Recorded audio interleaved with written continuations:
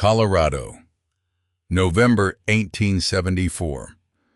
The kind of cold that doesn't warn you before it kills. A stagecoach rolls into a dying mountain town. Mud, wood smoke, the smell of men who've given up on something. A young woman steps down into the street, wrists bound, head low. The crowd watches. A man steps forward, loud, rat-faced, already halfway through a bottle, and announces to anyone willing to listen that his daughter cannot hear a single word being said. The crowd believes him. One man doesn't. He stands at the edge of the street, still, watching not her face, but her hands. Because in the half-second before the crowd erupted, before the shouting, before the shoving, her knuckles had gone white. She knew it was coming. She heard everything. And whatever she was surviving, whatever mask she had built and worn and perfected over years of silence, it was about to meet the one man who recognized it, because he wore one too. The town of Bitterstone, Colorado, had a smell to it. Not just the usual frontier smell of horses and mud and wood smoke. Something deeper.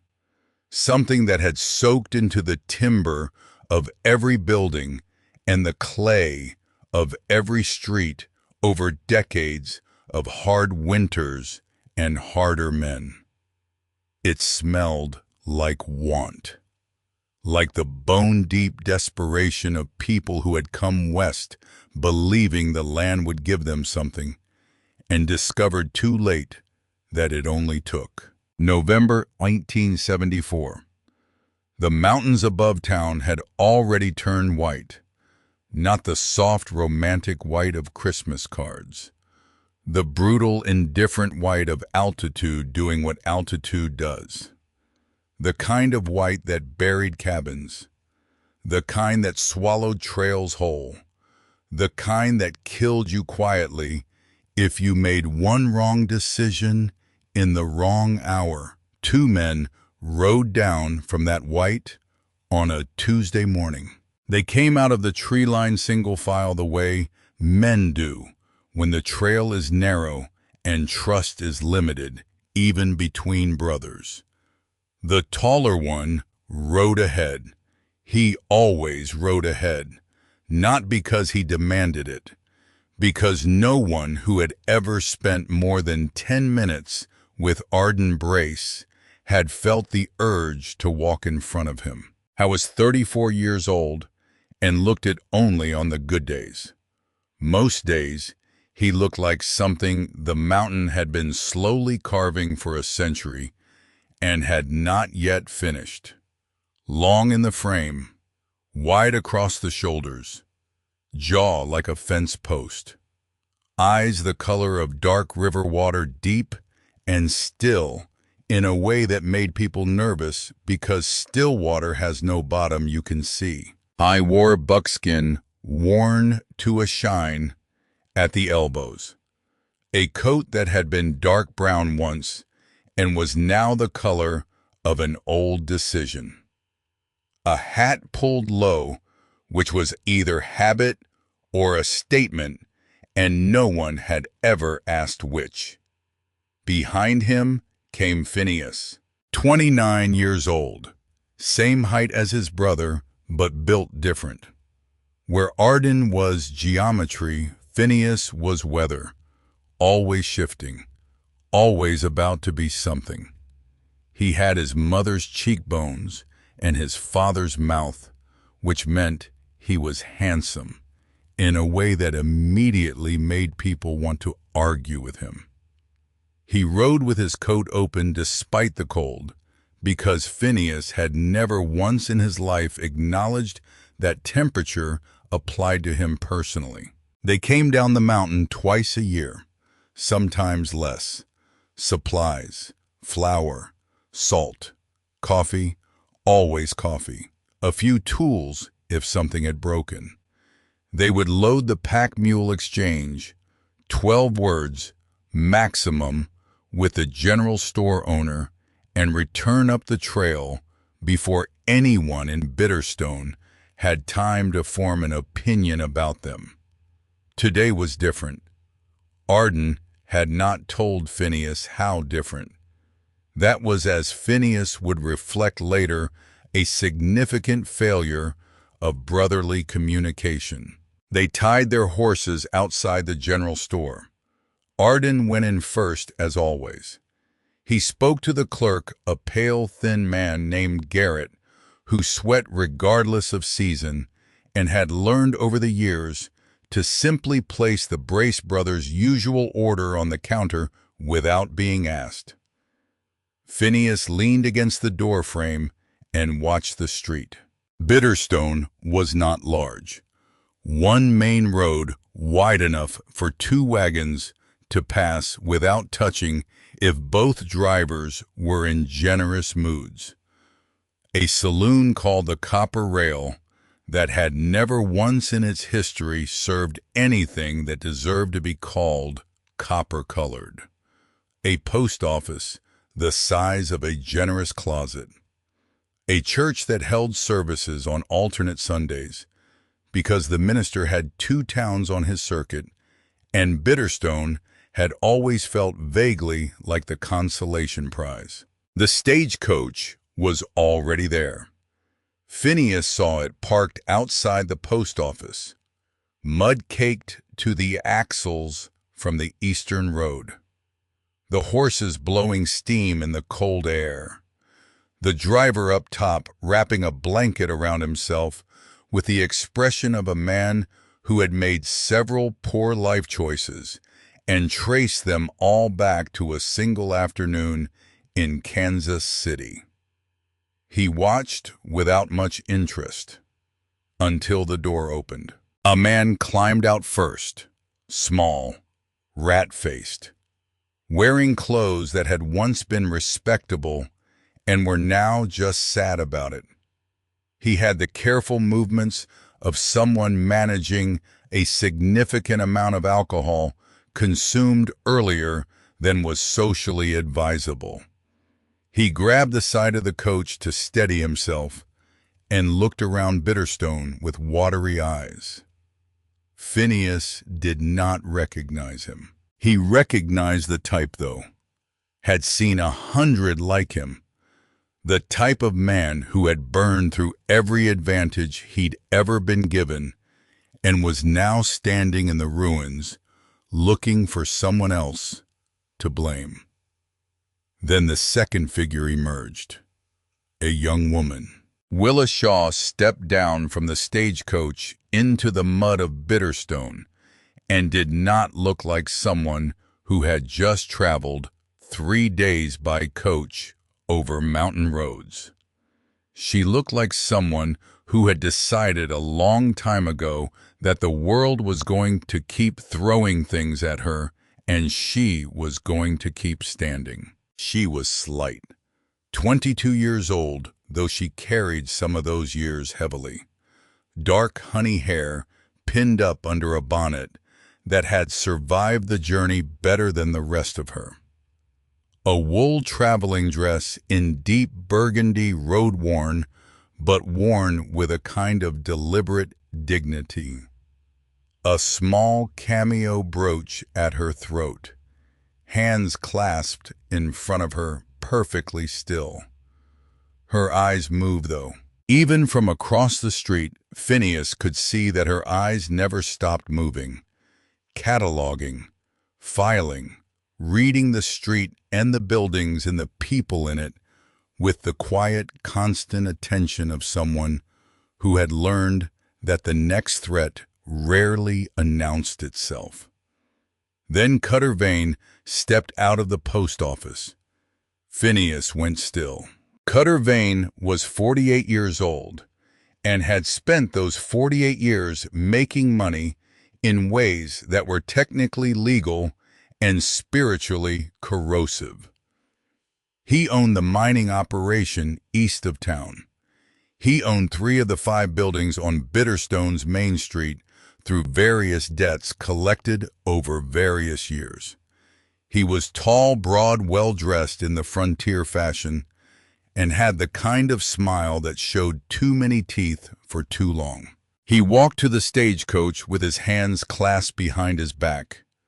The picture of patience. The rat-faced man lurched toward him.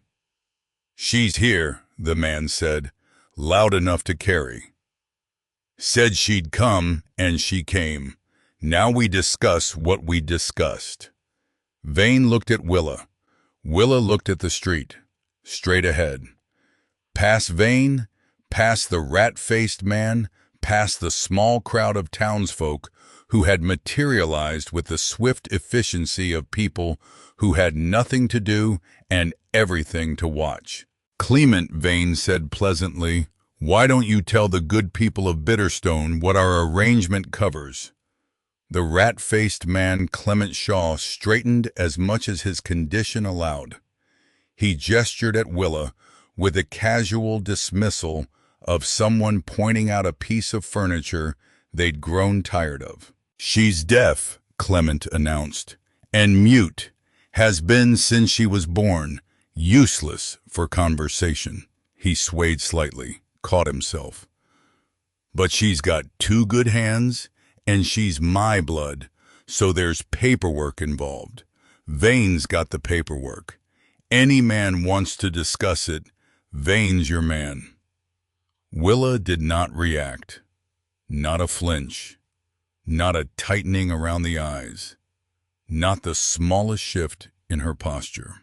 She simply stood in the mud of Bitterstone with her hands clasped in front of her and let the words move past her like water around a stone. Vane stepped closer to her. He was performing now. Audience engaged. "The original mail-order contract," he said, addressing the crowd as much as Clement, "has been reassigned.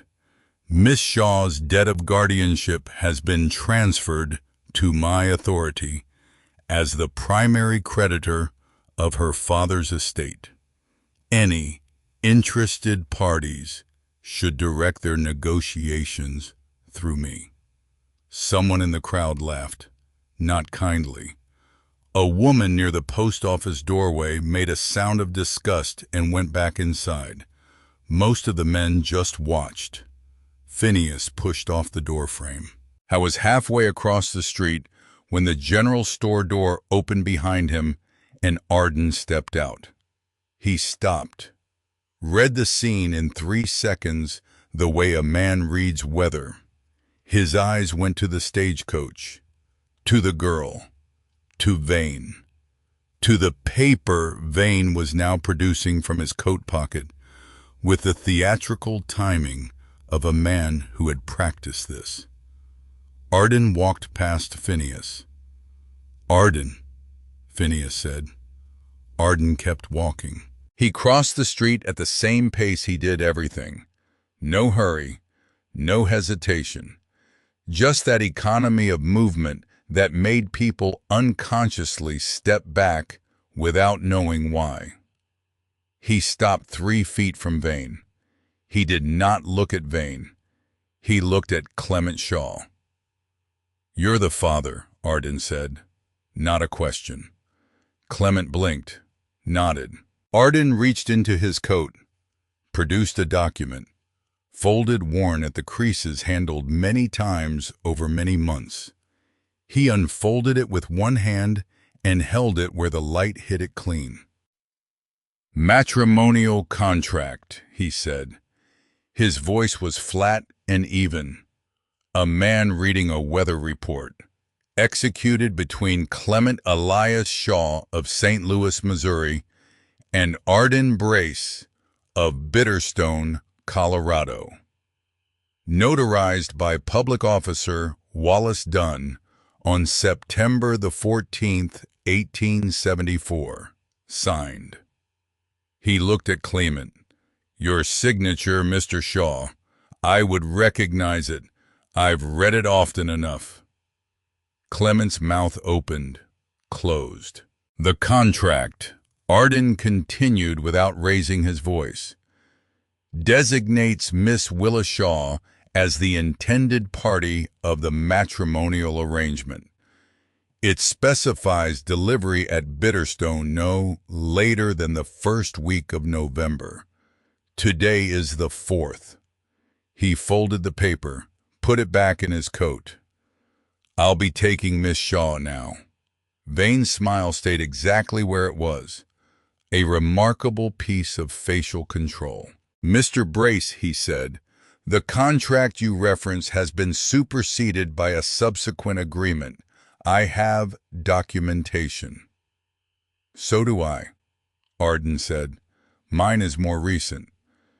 Mine is notarized. A pause.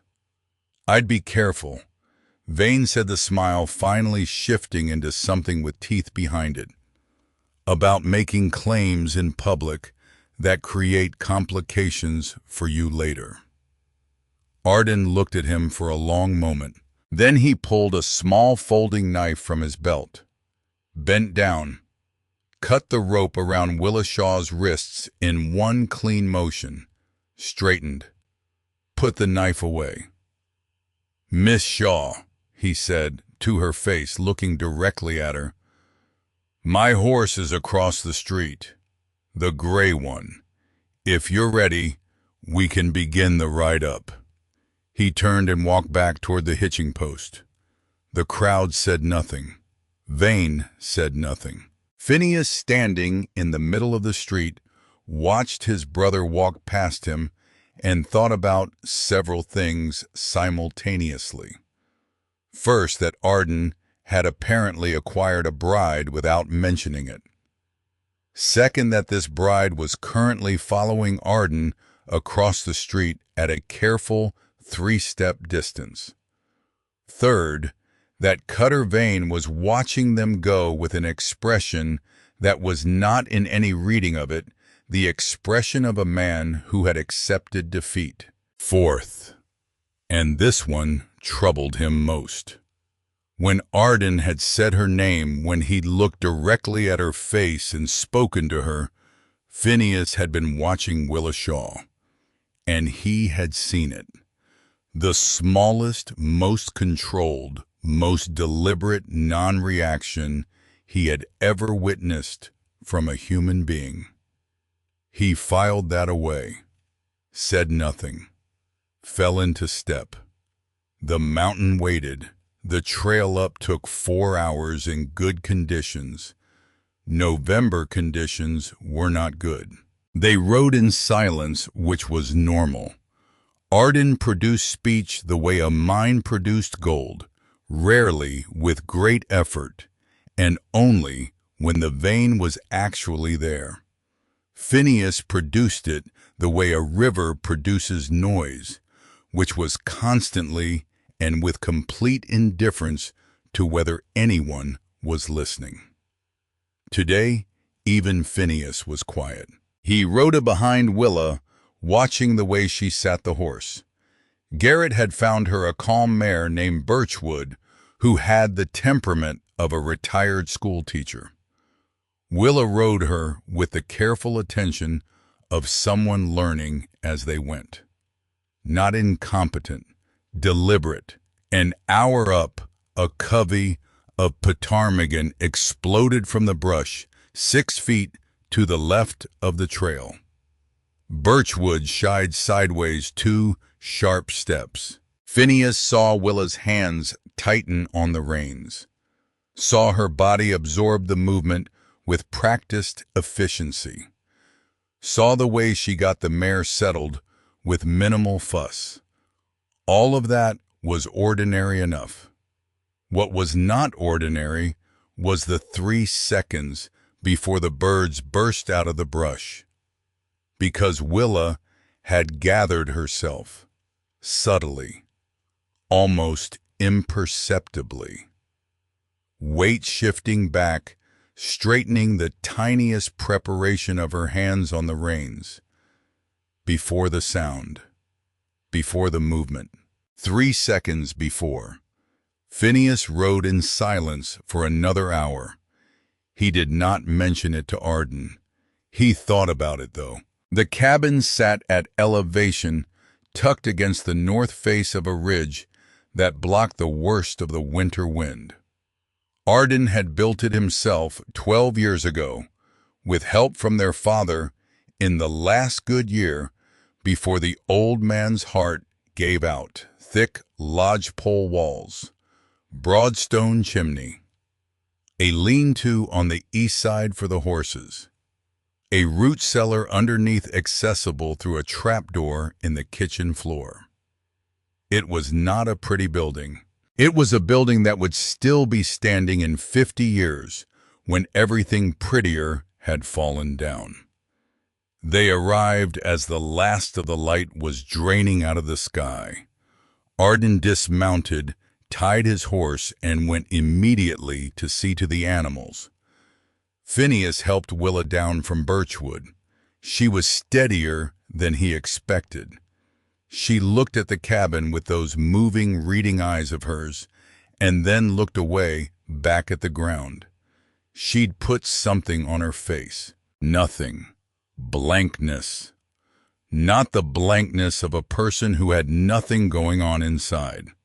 The blankness of someone who had decided precisely and deliberately that the outside would not receive reports from the inside. Phineas knew that kind of face. He had put it on himself sometimes after Rebecca. He led Willa to the door, pushed it open. The cabin was cold, the fire long dead, the air thick with the chill of an unlived-in space. He stepped inside and got about the business of coaxing the kindling to life. Willa stood in the center of the room, just stood there. Phineas worked at the fire. He could see her in his peripheral vision, perfectly still, perfectly quiet. Hands clasped in front of her, exactly as they'd been clasped in the mud of Bitterstone, like she was waiting for a verdict. The fire caught. Phineas stood up. He looked at her. She looked at the floor. I wanted to say something. He couldn't figure out what. Everything that came to mind was either too much or wrong. So he said nothing, which was unusual for him, and probably the best decision he'd made all week. He pointed at the door on the far end of the room, held up a finger, went to it, opened it.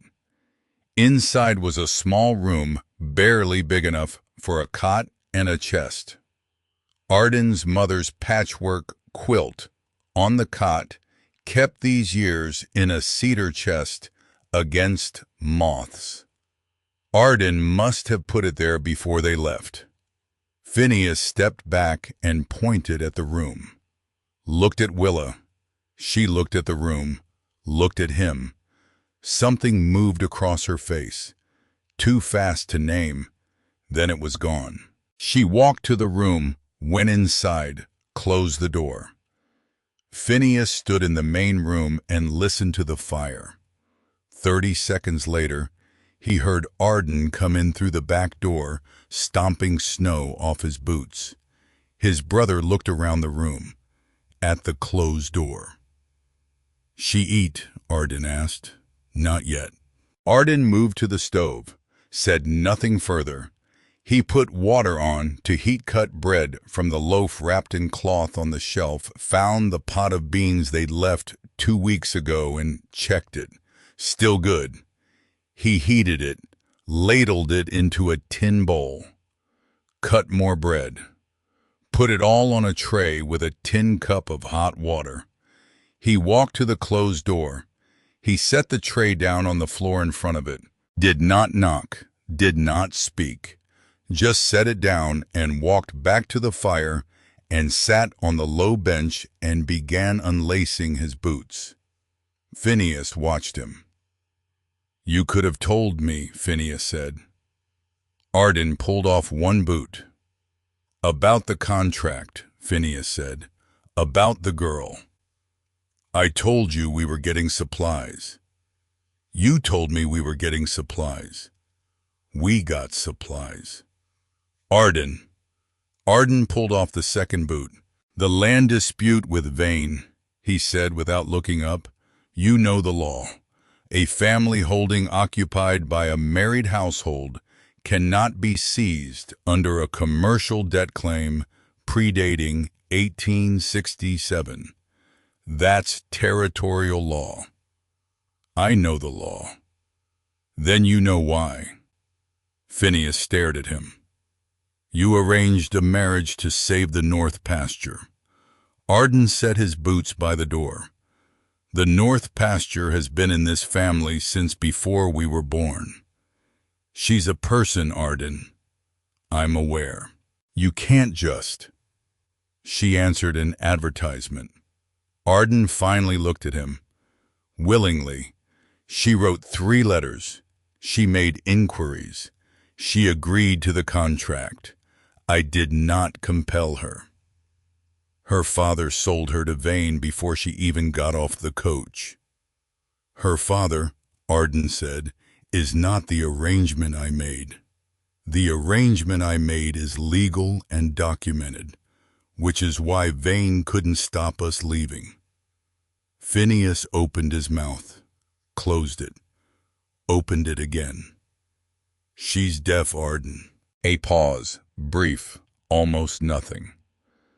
So I've been told, Arden said. He picked up his book from the shelf and sat back down by the fire and began to read. Phineas looked at the closed door, looked at his brother, pulled his coat back on, and went to check on the horses, because the horses at least made simple sense. 3 days passed. They established a rhythm the way people do in close quarters out of pure survival necessity. Arden rose first, made coffee, left a cup on the kitchen table and a second cup on the shelf outside Willa's door. She emerged each morning between the first and second cups, dressed hair-pinned expression, composed to reveal nothing. She washed her own dishes. She swept when she thought no one was watching.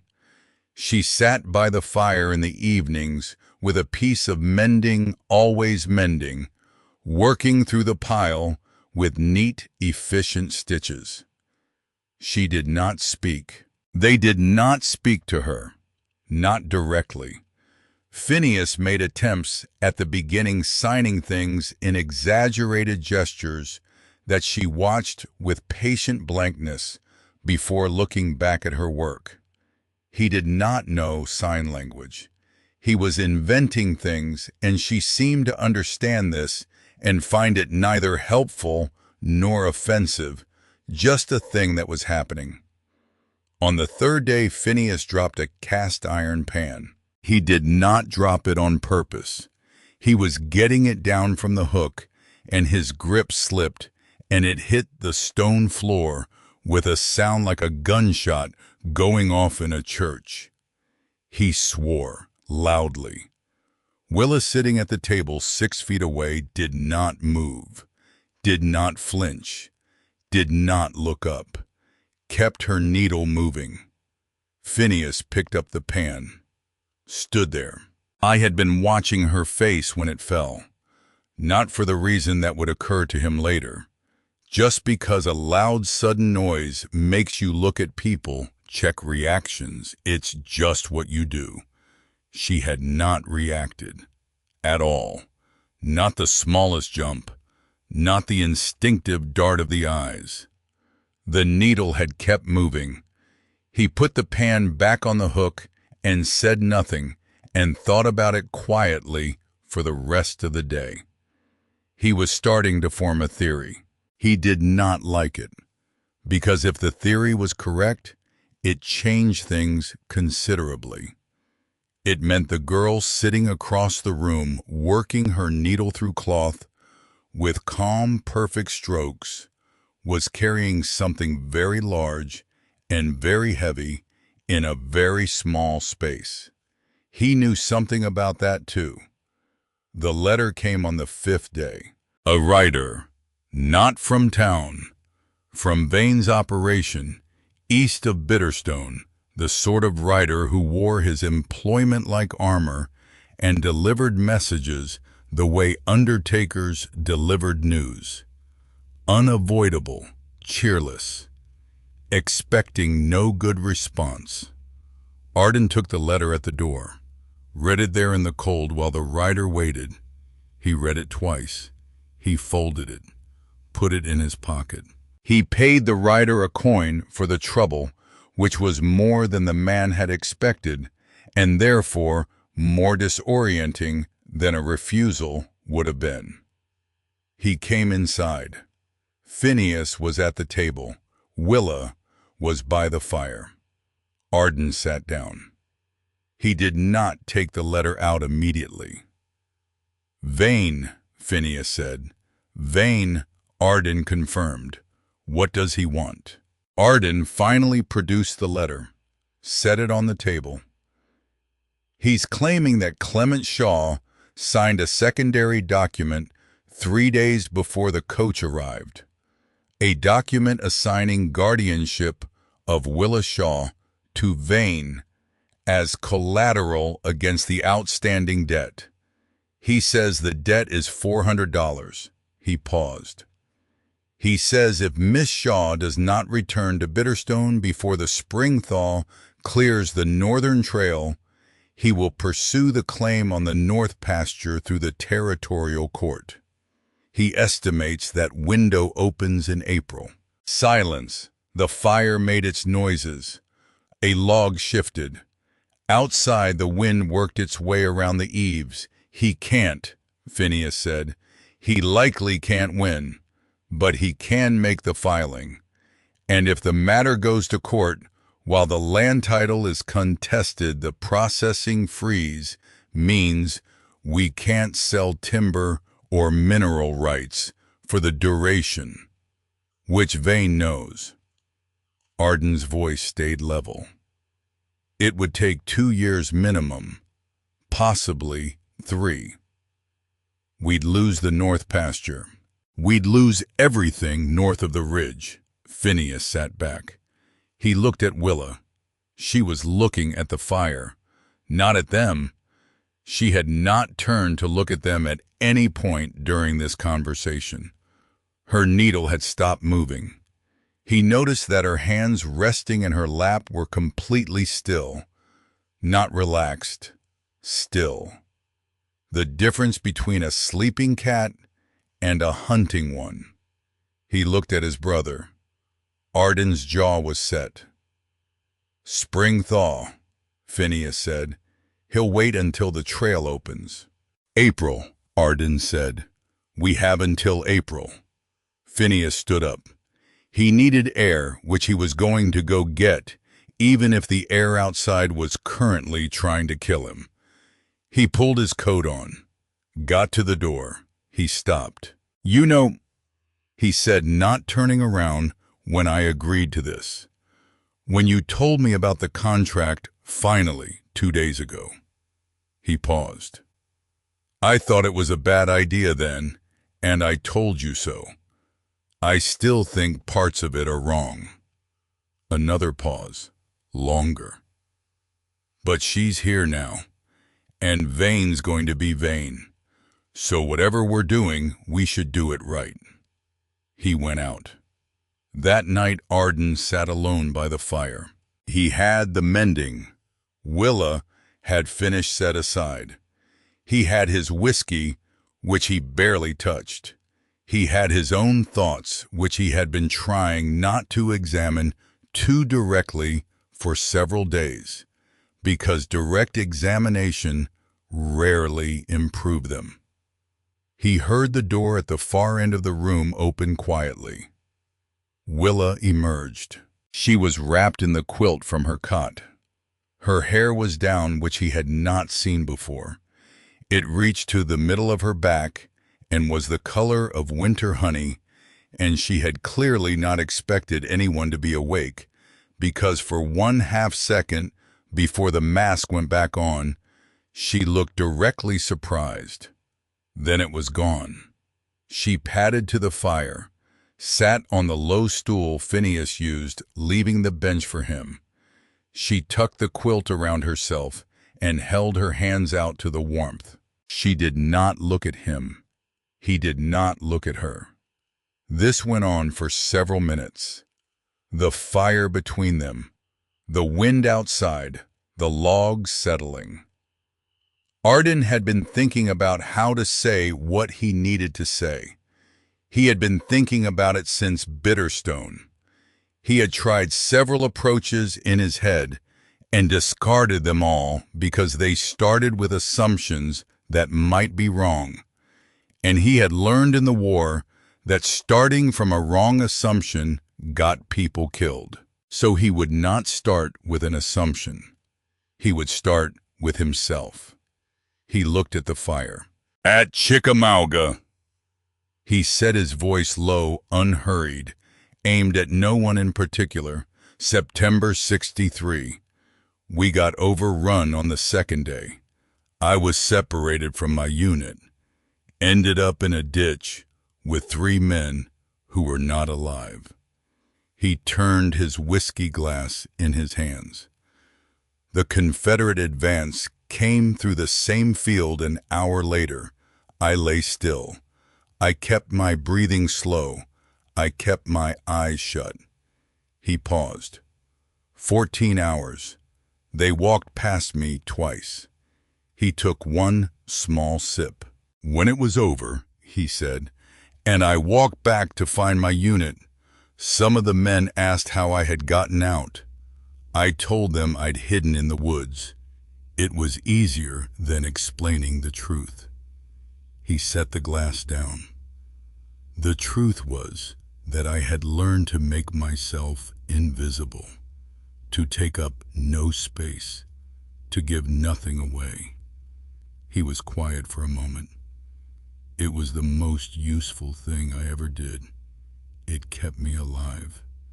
He looked at the fire. "I have never once judged a person for learning that skill." Silence. The needle of silence that threads through a room when something real has been said out loud. Willa was still looking at the fire, but her hands, which had been loose in her lap, had stilled completely, and the line of her shoulders, which was usually a wall, had shifted, just barely, just enough. Arden stood up. He went to the shelf where the supplies were. He found the small paper-wrapped parcel he had kept separate from the other stores.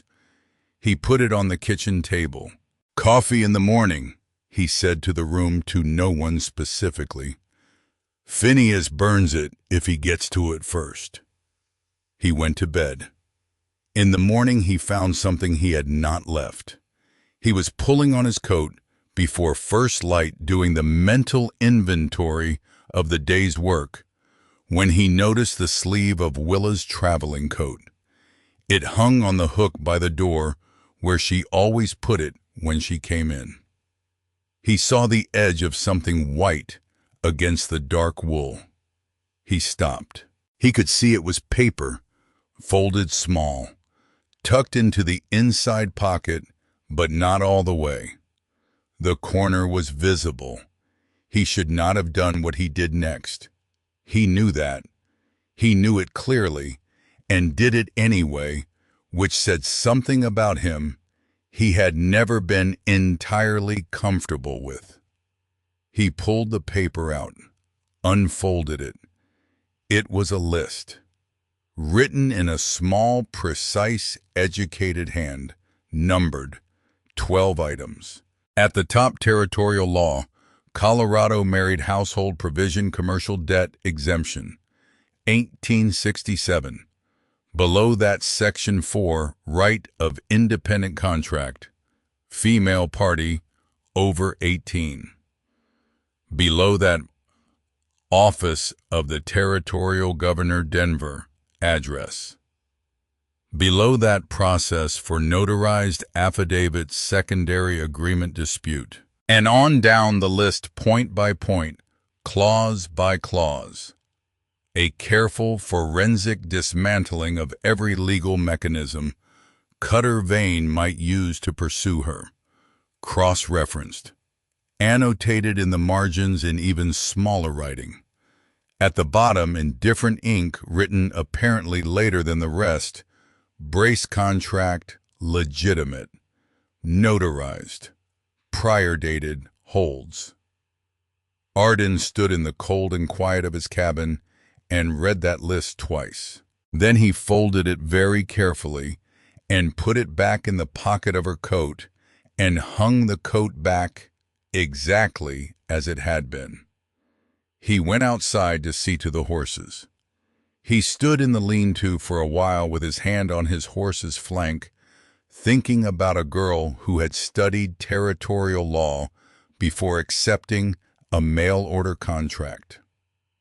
About a girl who had mapped her own legal protections with the thoroughness of a cartographer before she had ever set foot in the coach, who had planned her way out before she had a way out to plan for, who had sat in his cabin for 5 days, perfectly still, perfectly quiet, perfectly deaf.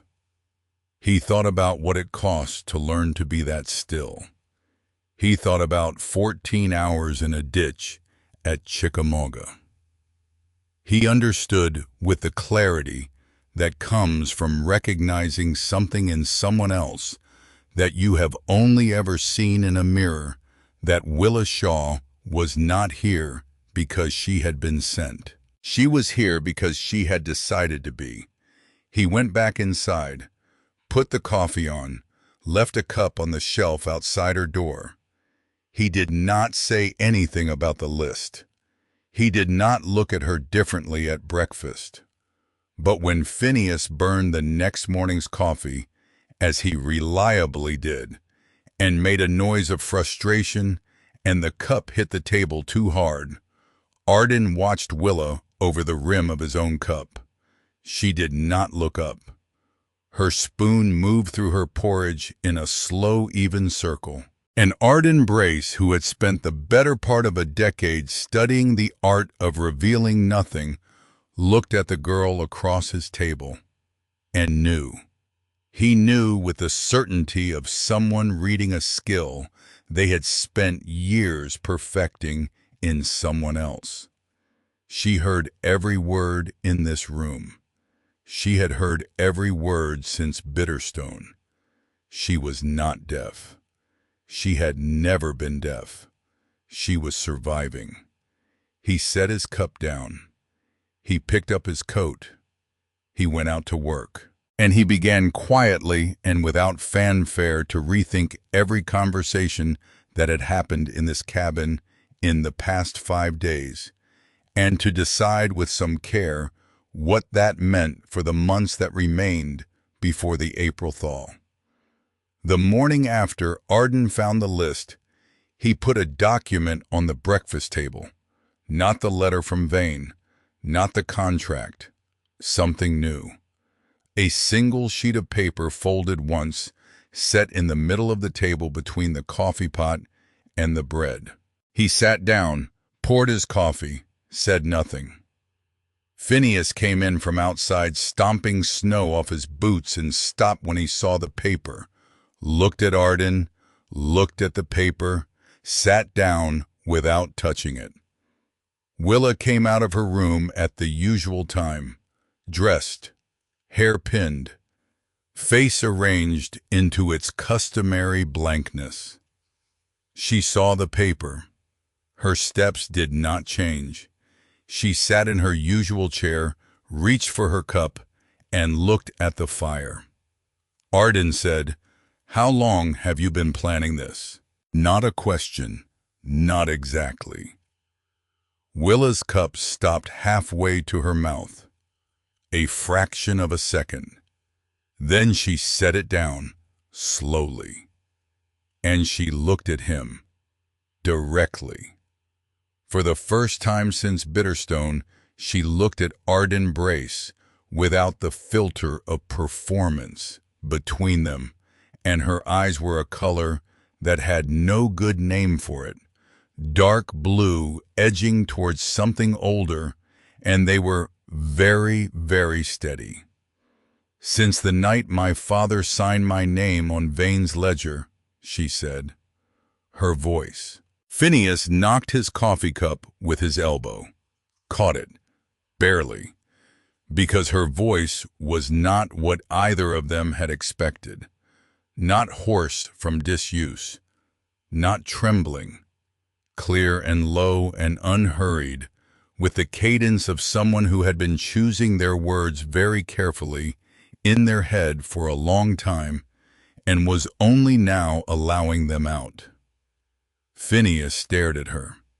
She did not look at him. Arden did not change expression. "You used us," Phineas said, flat, not angry yet, processing. "I chose the lesser danger," Willa said. "That is not the same thing. It is from where I'm sitting." "Then move." Phineas opened his mouth, closed it, opened it again. "You sat in this cabin for 5 days, he said. You let us talk around you like you were. Like you couldn't." "Yes." "Why?" She looked at the fire. "Because I didn't know you yet." Silence. The fire made its sounds. The coffee pot ticked on the stove. "And now," Phineas said. She picked up her cup. "Now I know enough." Phineas pushed back from the table, not storming out, just needing to be upright, needing the room to be larger than it currently was, because the room was very small, and there was a great deal happening in it. He walked to the window, looked out at the white. Arden looked at Willa. "The list in your coat pocket," he said. She did not react to the fact that he had read it. "Yes. You'd studied the territorial statutes before you accepted the contract." "I studied them before I answered the advertisement. You knew Vane would come after you. I knew my father owed someone money. He always owes someone money. The names change. The amounts change. The mechanics are always the same." She set down her cup. "I needed a legal arrangement that would be harder to undo than whatever he'd put together with whoever it was this time. Your contract fit the requirements." Phineas turned from the window. "Requirements." The word came out wrong, too sharp. "Phineas," Arden said, "she arranged this like a business transaction." "So did I," Arden said. That landed.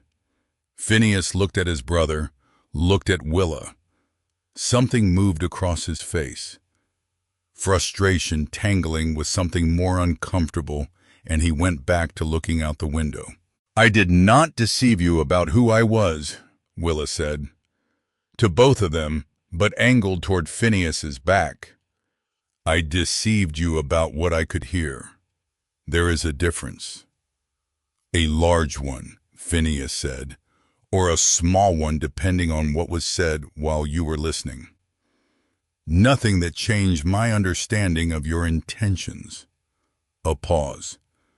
"Which are what?" he said. "Our intentions, as you understand them." She looked at her hands on the table. "To keep the land, to have the arrangement serve both parties, to be left to yourselves as much as possible." She paused. "And Arden puts food outside doors without being asked. And you check on the horses 6 times a day when you're worried about something but won't say so." Another pause shorter. "Those things also informed my understanding."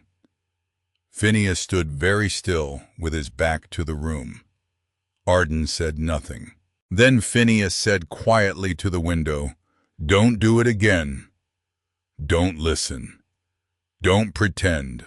Not in this cabin." He turned around.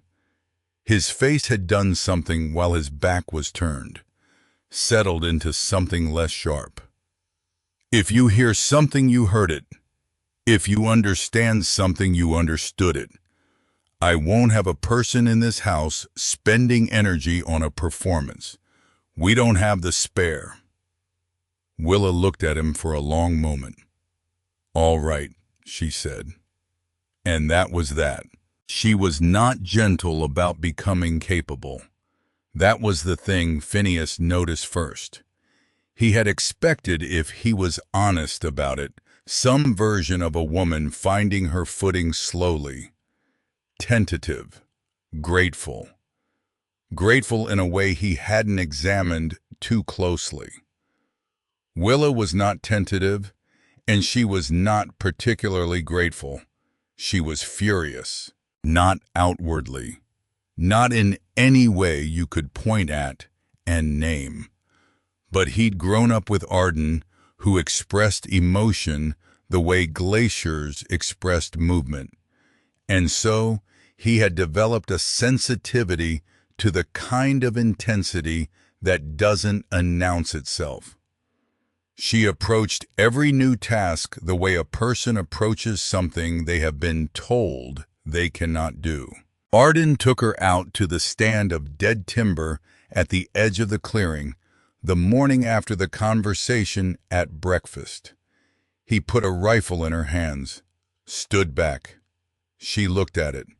He said, "You've handled a firearm before." Not a question. "Once," she said. "It didn't go well." "What happened?" "I hit the wrong thing." He considered this. "What were you aiming at?" "My father's whiskey supply." A pause. "I hit the window instead." Which was worse? Phineas, coming out of the lean-to 20 feet away, stopped walking. Arden's expression did not change, but something in his jaw shifted. "We'll start with the basics." The basics were not romantic. She held it wrong. He corrected her not with words first, but with his hands, adjusting her grip, her stance, the angle of her elbow, briskly and without comment, the way you'd adjust the tension on a snare. She received the corrections the same way, absorbed them, realigned. She fired. The recoil knocked her backward 2 steps. She didn't fall, but it was near enough. She looked at the tin can on the stump, untouched. She looked at Arden. "You closed your eyes," he said. "I know." "Get up," he said, although she hadn't fallen, which made it mean something else, something that wasn't about the snow at all. She loaded the next round the way he showed her, slow, deliberate. She raised the rifle. Her arms were shaking, not from cold, from effort, from the weight of the thing and the weight of what she was doing. She kept her eyes open. She fired. The snow to the left of the stump exploded. Miss. But closer. "Better," Arden said. He racked the lever for her and said nothing else. They stayed out there until her shoulder was the color of storm clouds, and the tin can was nothing but a suggestion of its former shape. And when they came back inside, and she sat by the fire, rubbing the bruised muscle, she did not complain. She looked at the fire with the expression of someone taking inventory, adding something to a list that had been short for too long. Phineas taught her to ride properly. This was in the early days a comedy, not on her part. She approached the horse with the same ferocious seriousness she approached everything. It was Phineas who made it comic, because Phineas had never in his life taught anyone to do anything, and had not accounted for the gap between knowing how to do a thing and knowing how to explain how to do a thing. Just, you know, lean with it. Lean with what? The movement. When she moves, you move. It's like it's a conversation. You want me to have a conversation with the horse. Not literally. Then what? Just. He gestured broadly. Feel it. She looked at him with the patience of a person who has heard worse explanations and still had to live through them. Show me again, she said. He showed her again. She watched with the attention she gave to everything, which was total and unsettling in its focus. Then she tried, and failed in a different way than before, and he corrected that, and she tried again. It took 2 weeks before she stopped looking like she was fighting the horse and started looking like she was negotiating with it. It took 3 before she looked comfortable. Phineas, watching her, put birch wood through a careful figure 8 in the clearing hands, light on the reins back straight, the cold morning light catching the copper in her hair, thought with some surprise that he had not thought about Rebecca in 3 days. He hadn't gone 3 days without thinking about Rebecca in 2 years. He went inside before Willa came back to the lean-to. He didn't want her to see his face right then. He wasn't sure what was on it, but he suspected it was something she hadn't earned yet, and he hadn't thought through yet, and he needed more time with both of those facts. The humming started in the 3rd week. Willa was making bread. She did this sometimes now, just took the initiative, went to the flour and the water and the salt and made a thing. Without asking, without announcing, just did it the way she'd apparently decided a number of things were going to go in this cabin from here on out.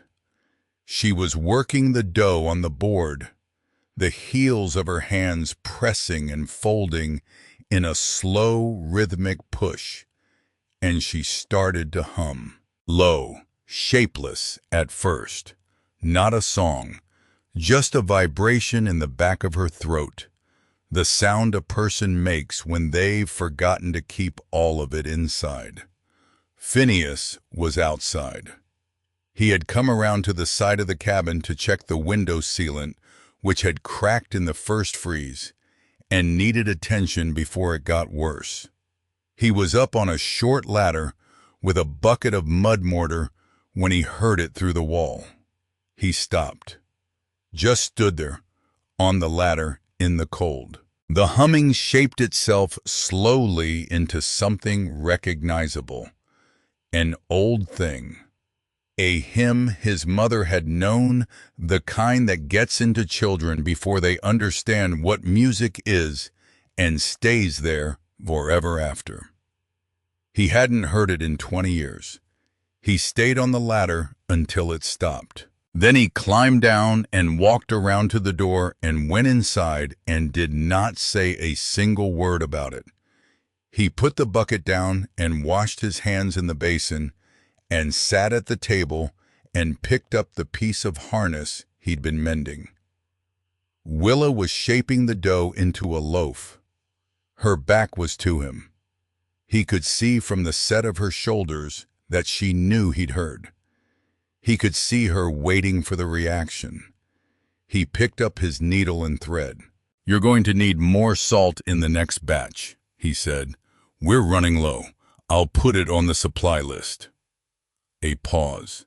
Then her shoulders came down about a ½ inch. She put the loaf in the pan, and that was the end of it. February came down off the ridge like it had a grievance. 3 days of storm that shook the cabin walls and drove snow through every gap in the chinked logs that hadn't been packed tight enough. They burned through half the woodpile. They ran through the stored root vegetables faster than planned. The horses had to be checked every 4 hours because the temperature in the lean-to dropped to something that made the older mare anxious. Arden went up to check the high traps on the 4th day when the storm had reduced itself to a sullen wind and the trail was merely miserable instead of impassable. He said he'd be back by dark. He was not back by dark. Willa noticed before Phineas did. Phineas had been stretching a pelt on the board by the fire and was arguing with himself about the quality of the job and lost track of time. Willa had been by the window, watching the trail. And when the light failed and the trail remained empty, she stood up and said without preamble, "He should have been back by now." Phineas looked up, looked at the window, looked at the clock on the shelf, said a word that he immediately regretted in present company. He got his coat, got his lantern, got 2 steps toward the door, and then the latch lifted. Arden came through the door not the way he usually came through doors. He came through it like a man using the door as the last of a series of things. He'd been leaning on the wall, the thing before the door, the tree before the wall, and so on up the mountain. I was wet through. The cold had gotten into his color, pulling the warmth out, leaving something gray and wrong. And there was blood on his trousers, dark soaked through from high on the left thigh. He made it to the nearest chair and did not make it all the way down gracefully. "Trap," he said. "Still had something in it. Didn't see until I was close."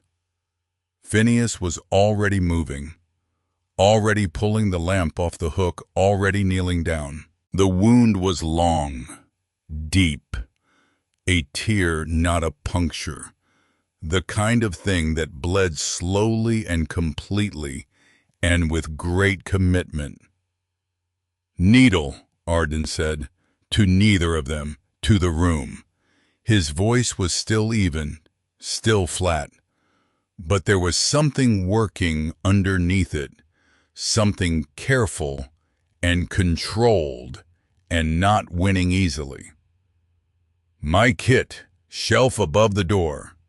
He was looking at Phineas when he said it, but it was Willa who moved. She had the kit down before Phineas had gotten fully upright.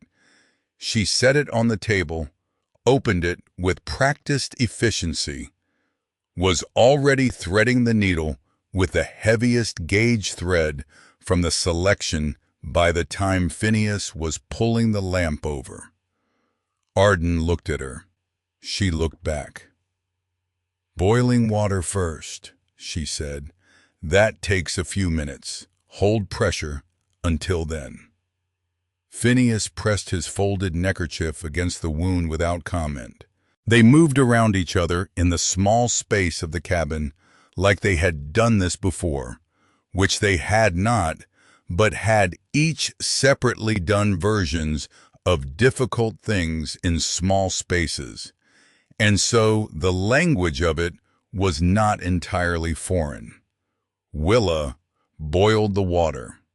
Willa cleaned the wound with the efficiency of someone who had been on the receiving end of this process and understood why it mattered. Arden's jaw set hard, and his hands gripped the arms of the chair, and he made no sound. Phineas held the lamp. Willa stitched. 7 knots. Even. Close. The kind of stitching that would hold.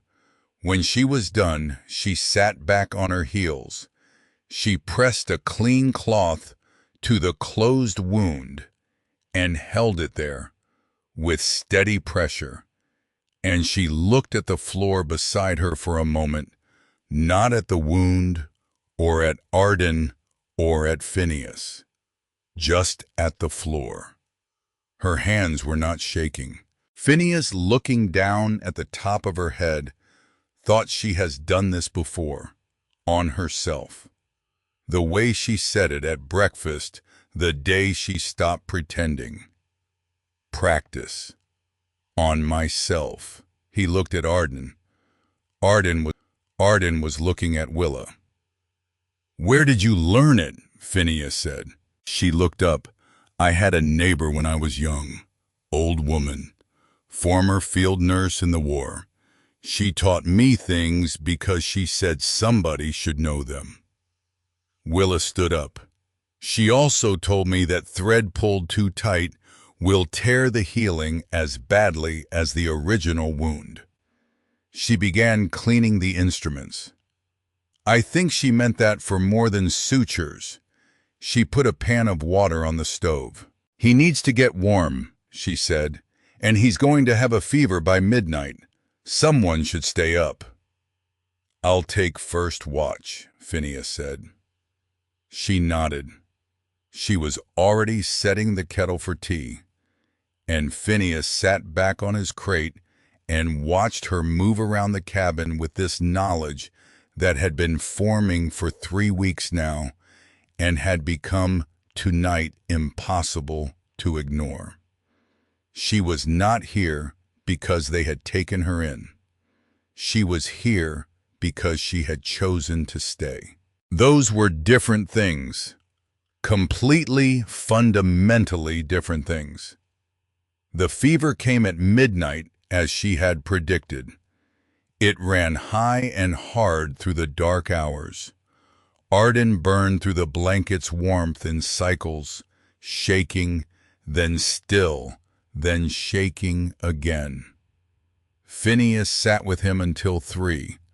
Then Willa appeared in the doorway and stood there until he got up and let her take the chair. He went to the main room, lay on his bedroll by the dying fire, stared at the ceiling. He thought about Rebecca. He had not let himself think about her fully in a long time. He had thought about the end of things, about what he hadn't done, about the shape of the absence she'd left. But he hadn't let himself remember the actual Rebecca, the person the way she'd been, because that was a door he'd found safer to leave closed. He opened it a little now. She had been funny. That was the thing people forgot or had never known. She had been genuinely, quietly funny. She'd made observations about people that were so precisely correct that you laughed before you could stop yourself and then felt briefly guilty about it. She would have had things to say about Willa Shaw. She would have had a lot of things to say. He thought with some discomfort that what she would have said was probably not what he'd been saying for the past several weeks. He'd been saying she's using us. Rebecca would have said, "And what are you using her for?" He put his arm over his face. In Arden's room he could hear Willa speaking, low, very low. Too quiet to make out words, but he could hear the rhythm of it. She was talking to Arden, who was half delirious and unlikely to be following much of it, and she was just talking. Filling the dark and the sickness with the sound of a human voice, so that wherever he was in the fever, he was not alone there. He wondered if she'd done that for someone before. He thought she probably had. He thought about a girl in St. Louis learning suture technique from a field nurse and studying territorial law by lamplight and writing letters to a man she'd never met in Colorado because it was the best available move on a very bad board. He thought about calling that using someone. He thought about what else you might call it. He closed his eyes. Arden's fever broke on the 2nd day. It broke the way bad things break on strong people, which is not with drama, but with a long, slow exhale, and the return of color to a face that had been the wrong shade for too long. He woke up in his own bed with the confusion of a man who had lost some hours and was taking inventory.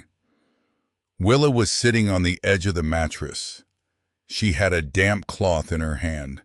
She had been pressing it to his forehead and was in the process of refolding it when he opened his eyes. "You stitched me," he said. "7 knots, she said. "How long?" "2 days. The fever broke an hour ago." She held a tin cup out. Water.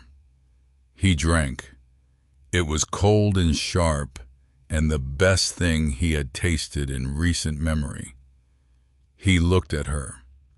At the dark circles under her eyes, the exhaustion she wasn't performing and hadn't bothered to hide.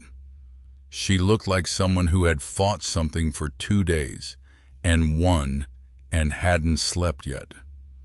"You sat with me," he said. "Someone had to." She took the cup back. Straightforward, factual. But there was something in the set of her jaw that was not entirely factual. "You didn't have to do that." "I know." "Willa." She looked at him, patient, waiting. "Thank you," he said. She was quiet for a moment. "Then you put a bowl of soup outside my door the first night, without knocking." She stood up. "Don't thank me, we're even." She went to the door. "The wound needs checking twice a day," she said, not turning around. "And you are not going up that trail again until I say the stitches are holding properly. If you argue with me about that, I'll tell Phineas, and he will physically prevent you from leaving." A pause. "He would," Arden said. "I know, that's why I'm telling you." She went out. Arden lay in his bed and looked at the ceiling and felt for the first time in a very long time the inconvenient sensation of not being alone in the way that actually matters. The recovery upended everything. For 3 weeks, the cabin's architecture of roles simply inverted. Arden sat by the fire or at the table. He could not put weight on the leg without a level of pain that, while not unbearable, was not something to be managed on a mountain trail. He read. He whittled. He gave instructions he was not able to carry out himself, which was its own slow frustration. Willa and Phineas did the rest. Willa checked the near traps.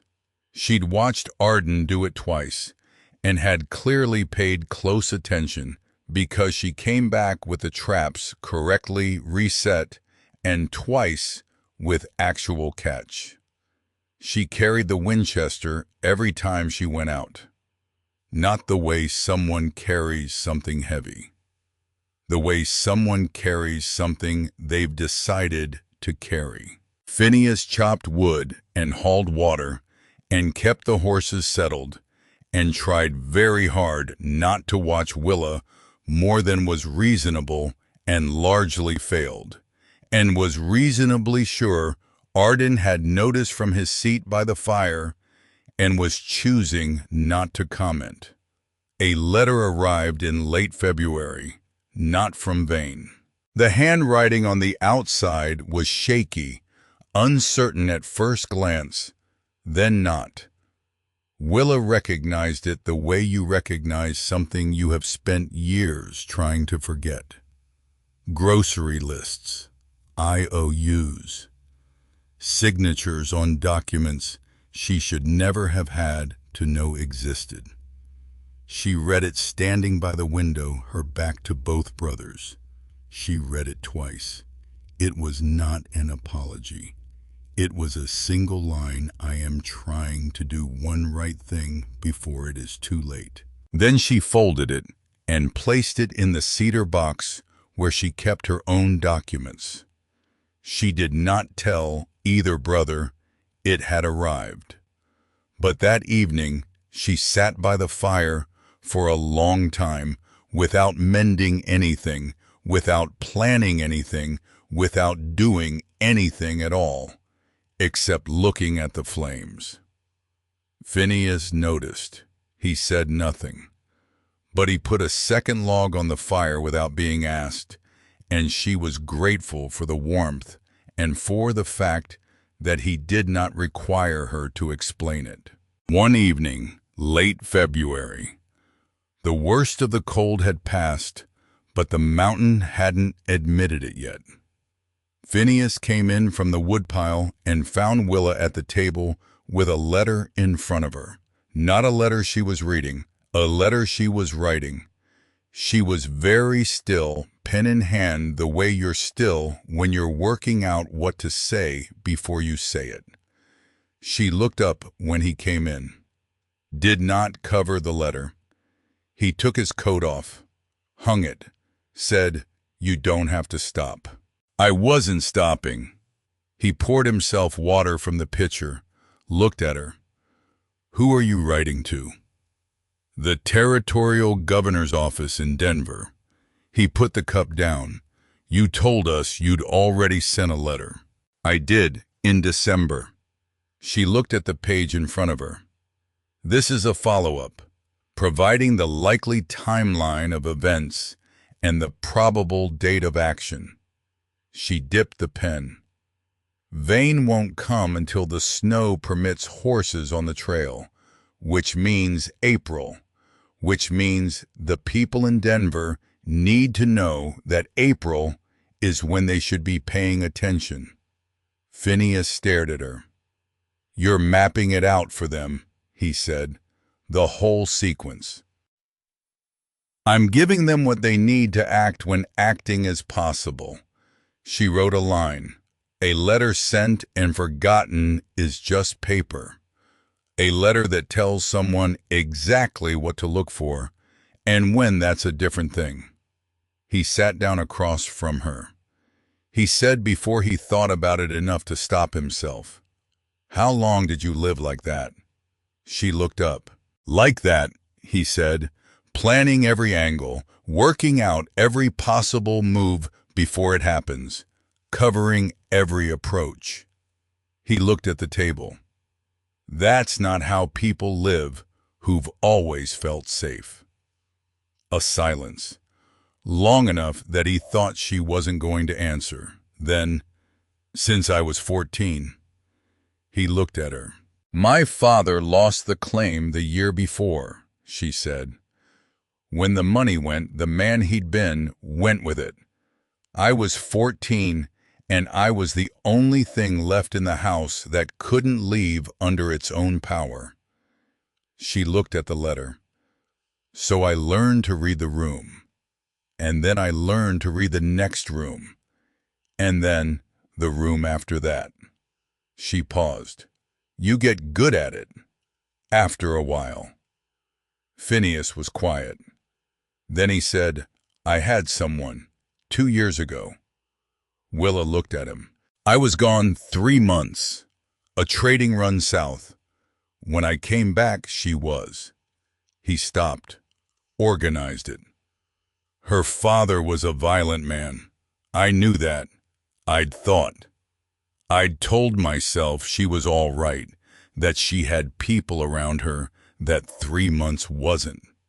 He stopped again. I was wrong about what 3 months was. Willa looked at him steadily. I wasn't there, he said. The 3 words that lived in the center of him, the ones he'd been carrying. No, Willa said, not unkindly, you weren't. He looked up, expecting something else, some form of softening. She didn't soften it. But you're here now, she said instead, and she reached across the table, one quick gesture. She put her hand over his, briefly the lightest possible pressure, and then withdrew it before it could become anything else. And so am I. She went back to her letter. Phineas sat at the table for a while.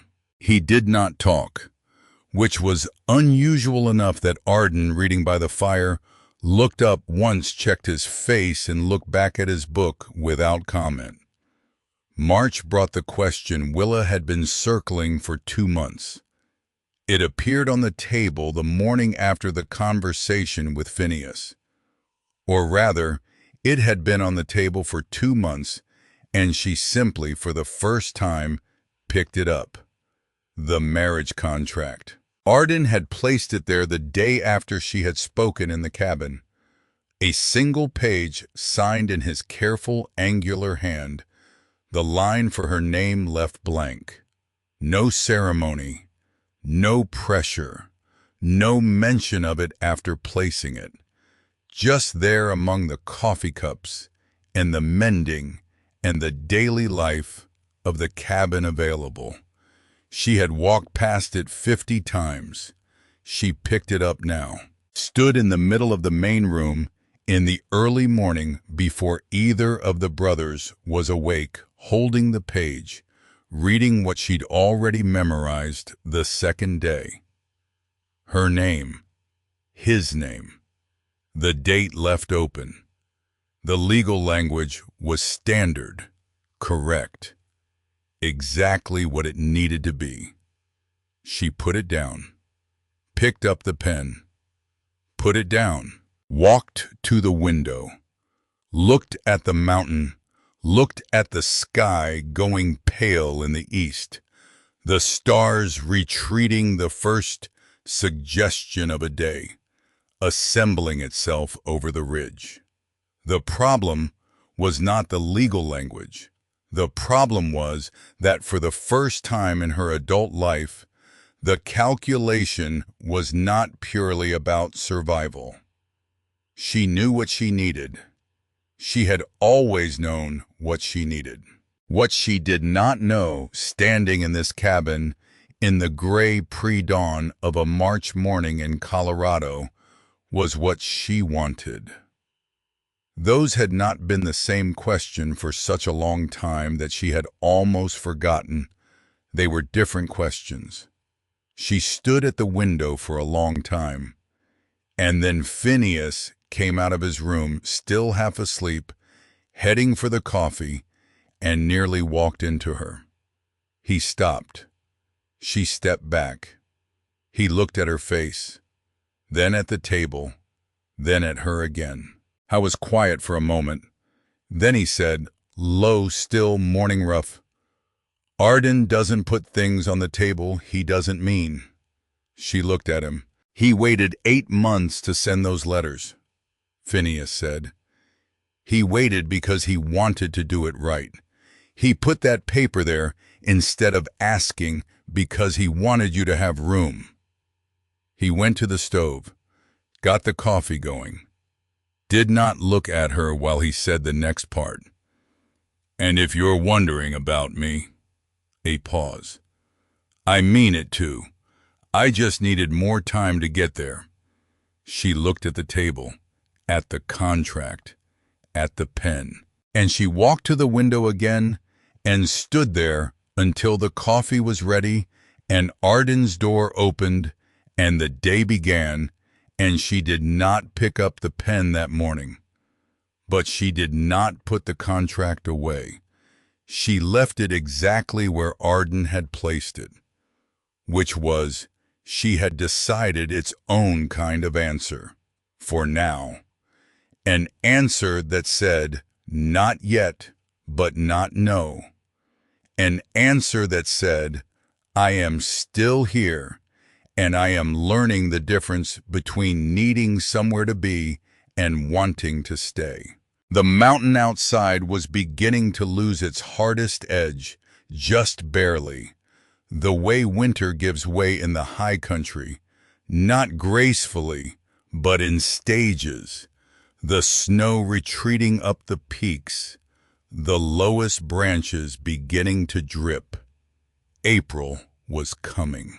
And with April, Willa knew, would come everything she had planned, for everything she had mapped out in that letter. In December, the letter to Denver, the one with the timeline and the probable dates, and the description of the most likely sequence of events. She was ready. She just didn't know yet if being ready was the same thing as being unafraid. She suspected it wasn't. She suspected looking at the contract on the table, looking at the two men moving around the cabin in the morning light, that unafraid was not the point. That you could be completely afraid and completely ready at the same time, and that choosing to act anyway was the only definition of courage that actually held up under examination. She had been afraid for 8 years. She was still here. The mountain dripped its slow spring water off the eaves. Willa Shaw put her hand on the window frame, felt the cold of the glass against her palm, and watched the trail below. April was coming. Let it come.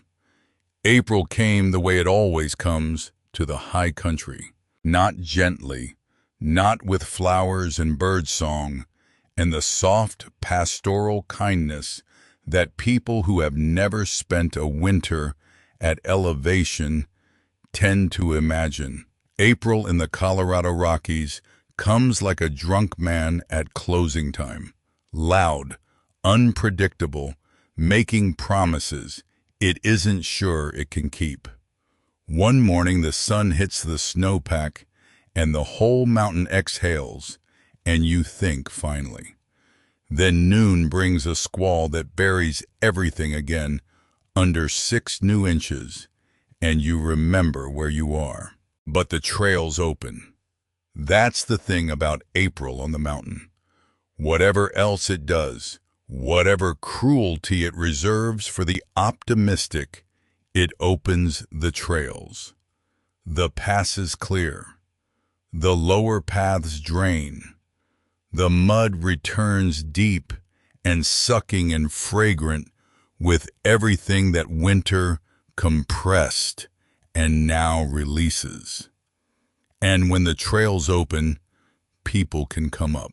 Willa had known this, had planned for it, had sent her second letter in March with the specific notation written in her careful, precise hand that April was the window, that the probable date of action fell between the 15th and the 25th, when the lower trail would be passable for horses, but the upper approach would still limit the number of riders who could manage it.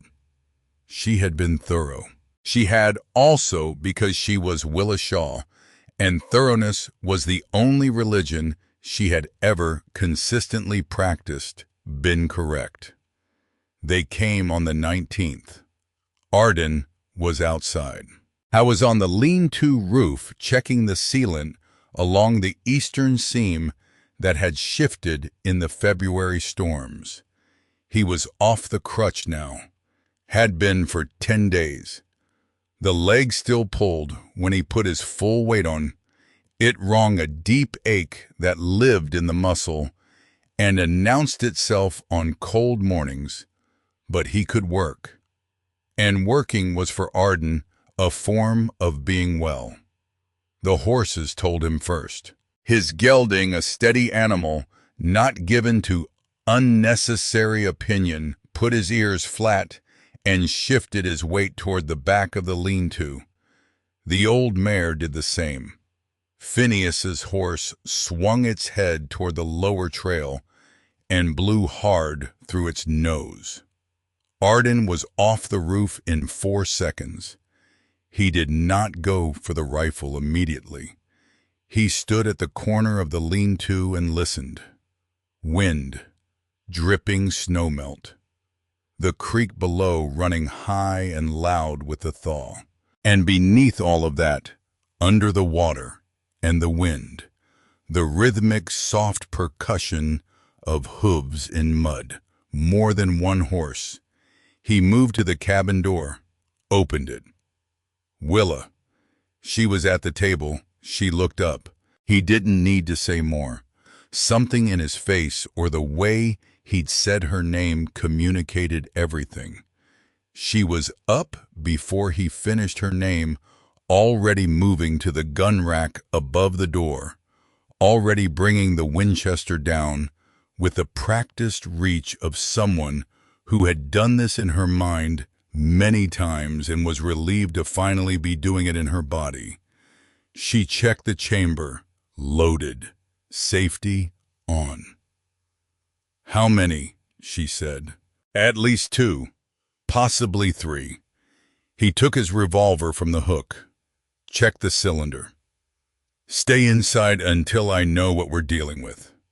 She looked at him, not moving toward the inside. "Willa." "No," she said. And that was the end of that conversation. Phineas appeared from the back room pulling his coat on. He read the room in 1 second flat, took the other rifle from the rack without being asked, and followed Arden out to the porch. Willa came out behind him. The 3 of them stood on the porch of the Brace cabin in the thin April sunlight and watched the tree line. And out of it came Cutter Vane. He looked exactly as he had in Bitterstone, well-dressed for the frontier, that careful performance of wealth and authority that men like Vane practiced until it became reflexive. He sat his horse with the ease of someone who had never in any significant encounter been on the losing side. Behind him rode 2 men, wide and deliberate, built the way people are built when their professional usefulness is their size. And behind them, on a tired roan that wanted to be anywhere else, rode Clement Shaw. Willa's father looked smaller than she remembered, which was strange because he had always been a small man. But memory had kept him large in the way that fear inflates the things it's attached to.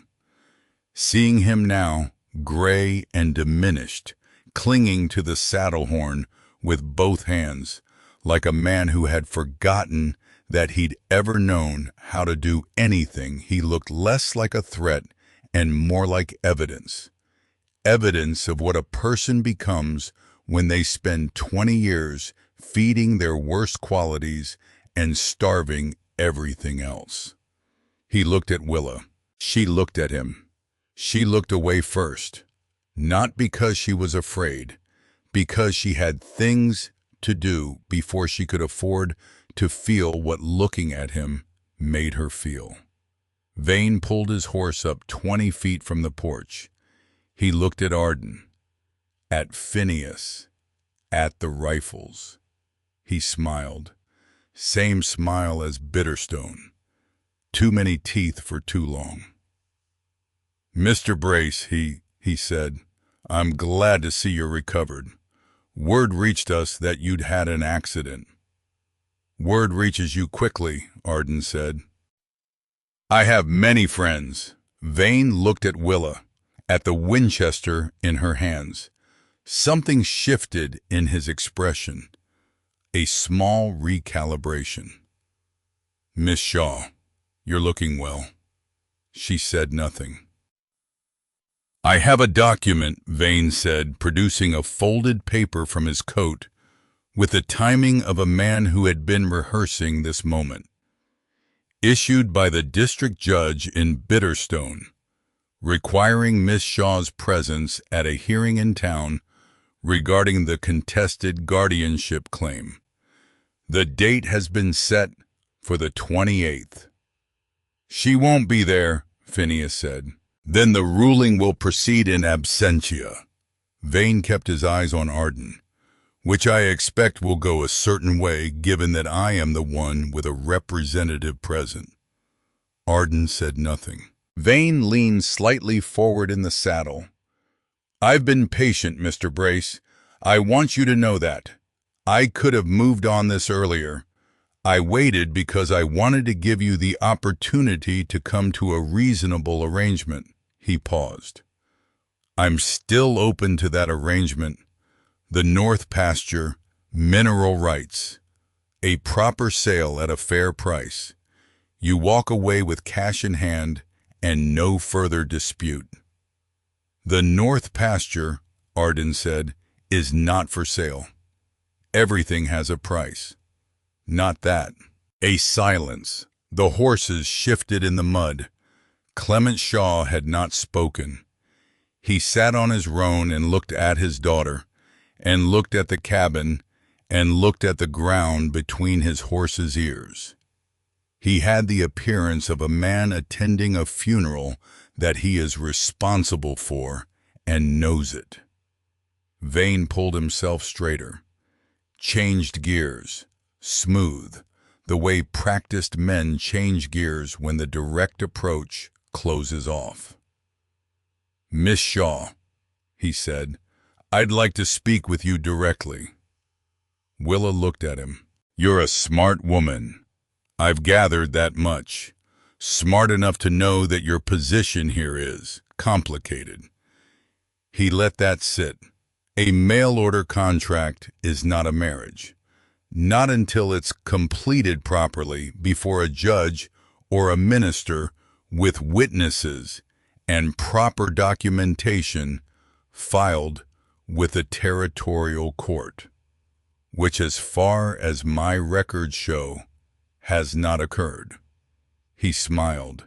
"You are not legally bound here, Miss Shaw, and you are legally bound to appear at that hearing." Willa said, "Are you finished?" Vane blinked. "I'm going to tell you something," she said. Her voice was level. Level, the way the surface of deep water is level. "And I would like you to listen carefully, because I'm only going to say it once." Vane waited. The smile stayed, but it was working harder now. "In December," Willa said, "I sent a letter to the office of the territorial governor in Denver. The letter contained a full account of your agreement with my father, including the circumstances under which the secondary guardianship document was signed." She paused. "My father was not sober when he signed it. The document was presented to him without legal counsel.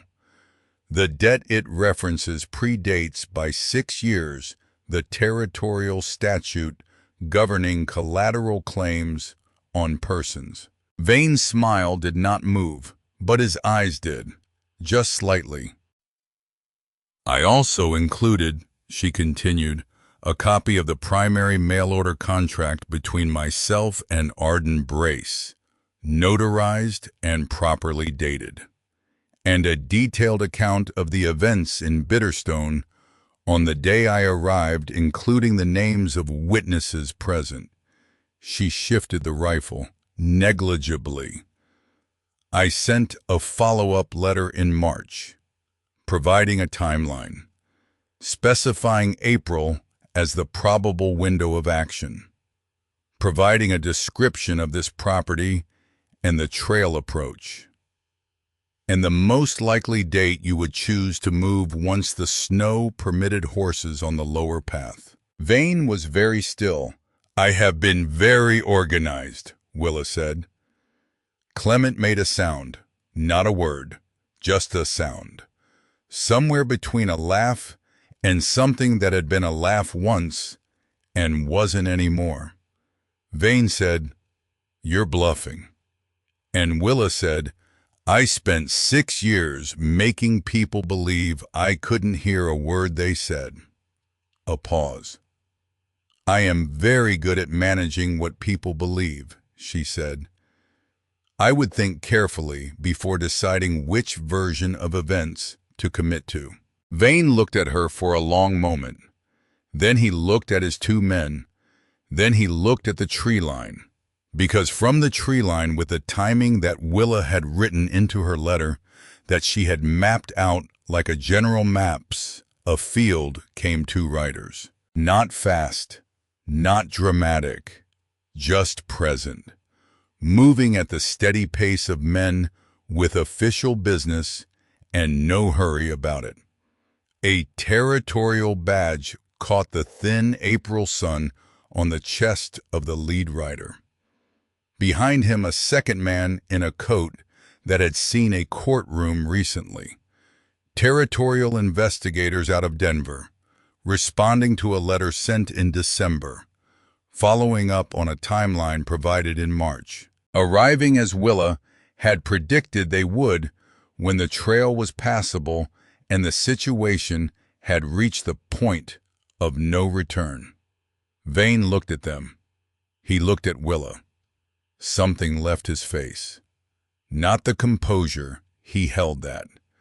Men like Vane do not let composure go where people can see it go, but something underneath the composure. Some fundamental certainty that he had always been the largest thing in any room he walked into. That left.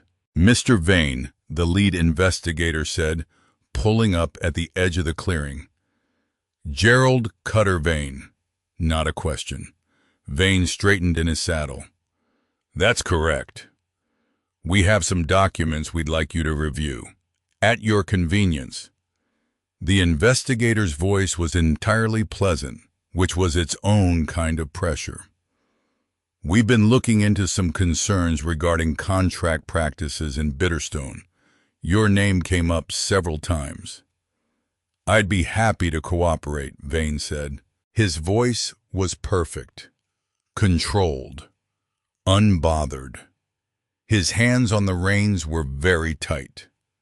The investigator looked at Arden, at the cabin, at Willa on the porch with the Winchester. He took in the scene with the practiced neutrality of someone paid to take in scenes and reach conclusions quietly. We'll need to speak with Miss Shaw as well, he said, at her convenience, not under any compulsion. She's available, Arden said. The investigator nodded, looked at Vane. If you'd like to accompany us back to Bitterstone, we can begin the review this afternoon. It was phrased as a request. It was not a request. Vane looked at Willa one more time. The look of a man doing arithmetic in his head and not liking the results. Then he turned his horse around. His men followed. No fanfare, no final words. Just the retreat of a man who had discovered too late that the board he'd been playing on had more pieces than he'd counted, moved by a hand he hadn't seen. And then there was Clement. He had not moved. He sat on his tired roan at the edge of the clearing, watching Vane's party diminish down the trail, and then he looked at his daughter on the porch. He was not drunk. That was the first thing she registered. The quality of his stillness, the way he held himself upright, the clarity in his eyes when he looked at her. He was not drunk, which was not by itself redemption, but it was something. It was a fact she hadn't been prepared for. He slid down from the horse slowly, like a man whose body had been arguing with him for some time and he'd stopped arguing back. He stood in the mud at the bottom of the porch steps and looked up at her, and he did not try to construct anything on his face. No performance, no apology, shaped to be easy to receive. Just his actual face, which was a difficult thing to look at because it was her face also, in the structural sense, the bone underneath everything else. I went to a lawyer, he said, in Bitterstone, before I came up. She waited. He reached into his coat, produced a folded document. The secondary agreement, the one I signed for Vane. He held it up. Then he held it out. I had it reviewed. The lawyer said there were irregularities in how it was executed. He swallowed. I signed an affidavit, formally contesting the document. Vane can't use it. Willa looked at the paper. She did not move to take it. The lawyer filed it with the court, Clement said. This morning, before I rode up. He let his arm drop. I know it doesn't. He stopped, reorganized. I know this doesn't fix what I did. I'm not here to tell you it does. Then why are you here? Phineas said from behind Willa. Not aggressive, a genuine question. Clement looked at him, then back at Willa. Because she deserved to see it happen, not just to hear about it later. She deserved to watch me do one right thing in front of her. Silence, a long one. The creek ran loud in the distance. A bird called once high and clear, the first bird Willa had heard in months that sounded like something other than winter. She walked down the porch steps. She crossed the mud to where he stood. She took the document from his hand. She read it, all of it, carefully in the way she read everything. Then she folded it and put it in her coat pocket. She thought about the single line his letter had contained. I am trying to do one right thing before it is too late. She had read that line 10 times over 2 months and not known whether to believe it. She believed it now, not because it fixed anything, but because he had ridden up this mountain and stood in this mud and done the thing without asking to be thanked for it. That was different from a promise. A promise was just words. This was evidence. Will you come back, he said. She looked at him for a long time. His eyes were red, not from drink, from the other thing. The thing that lives in people who have burned down their own houses and are standing in the ash, finally understanding what warmth was. I don't know, she said. He nodded. He'd been expecting that. Maybe was grateful for the honesty of it after so many years of a daughter who had learned to say nothing at all. Get sober, she said, properly, not just for today. She looked at him steadily. If you do that, if you actually do that, then we'll see. Willa. That's all I'm offering, she said. That's all I have. He nodded again. He looked briefly at the cabin behind her, at the 2 men on the porch, at the mountain above them all. He seemed to be taking inventory of something he had no name for yet. Then he climbed back on his horse. He rode down the trail. He did not look back, which was the right thing to do, the graceful thing, the thing that meant he understood at least this much, that she needed to watch him go without having to manage his feelings about being watched. Willa stood in the mud until the sound of his horse faded completely into the pine and the distance. Then she turned around. Phineas and Arden were on the porch.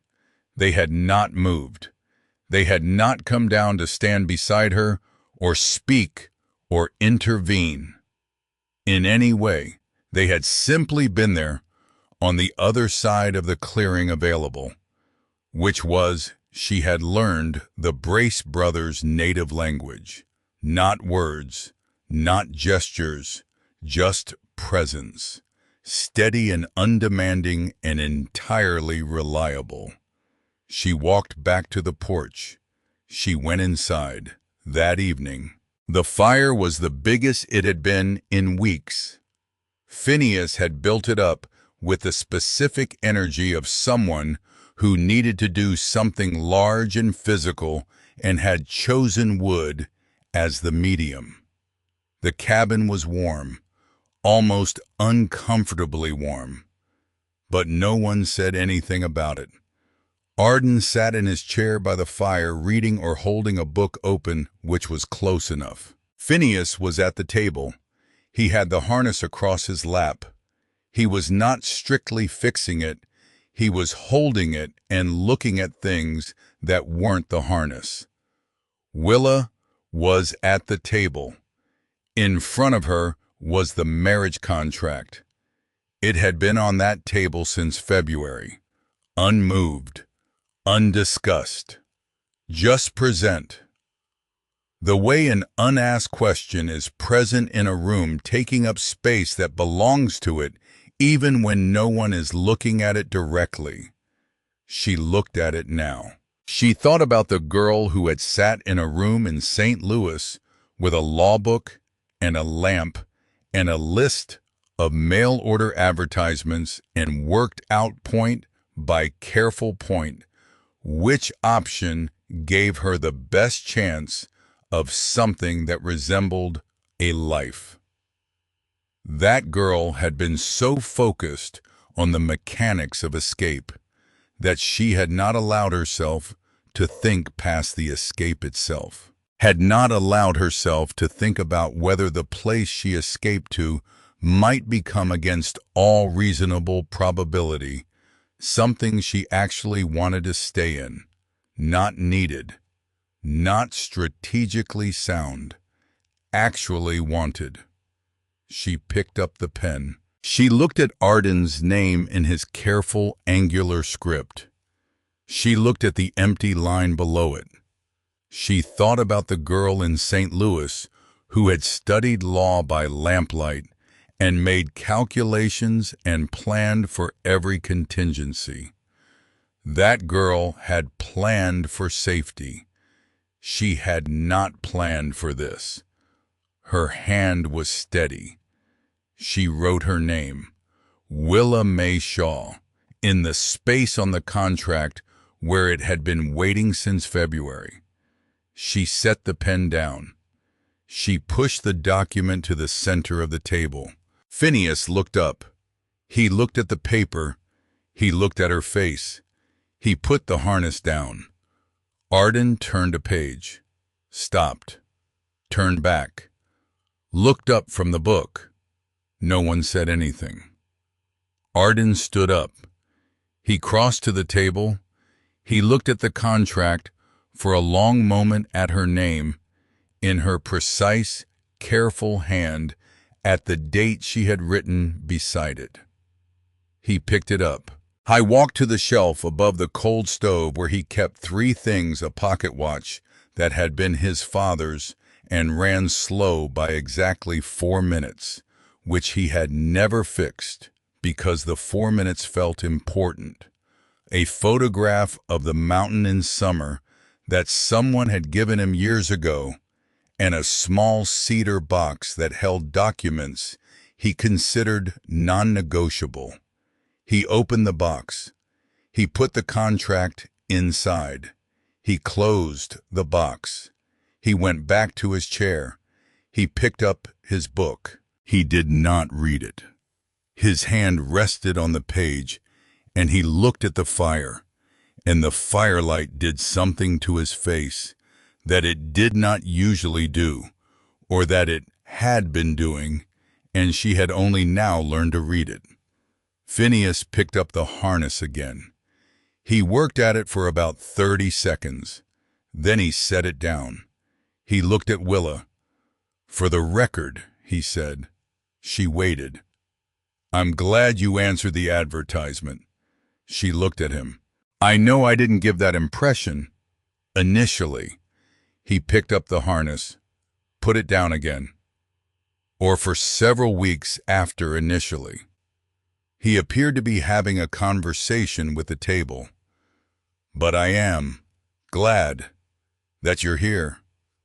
"Phineas," Arden said. "I'm just saying." "You've said it." "I'm making sure it was clear." It was clear. Willa looked at the fire. She was quiet for a moment. Then she said, "I'm glad I answered it too." Phineas nodded once, emphatically. as though this confirmed something he had suspected but needed confirmed. He picked up the harness a final time and actually began fixing it. Morning came. April morning, which in the high country means the light is thin and cold and honest. No warmth yet in it, but light. Real light, not the gray half-light of winter that is more about the absence of dark than the presence of anything. This was light with intention. Willa was dressed before it fully arrived. She stood on the porch with a cup of coffee. She could see from where she stood the trail that came up from Bitterstone, the whole of the lower trail winding through the pine, and the spring mud ending at the clearing in front of the cabin. Empty now, quiet. She thought about Clement riding down that trail yesterday. She thought about what it had cost him to come up. Not physically, the other cost. The cost of showing up in front of the life you destroyed and doing one right thing without expecting it to fix anything. She didn't know what that meant for what came next. She didn't know if he would get sober. She didn't know if she would ever ride down that trail and find him at the bottom of it, changed enough to recognize. She didn't know, but she had said, "We'll see," and she had meant it, which was more than she would have been able to mean a year ago. She heard the cabin door behind her. Phineas came out first. He was already in his coat cup in hand, and he stood beside her on the porch and looked out at the same trail and did not say anything, but stood close enough that the warmth of him was a fact in the cold morning air. Then Arden.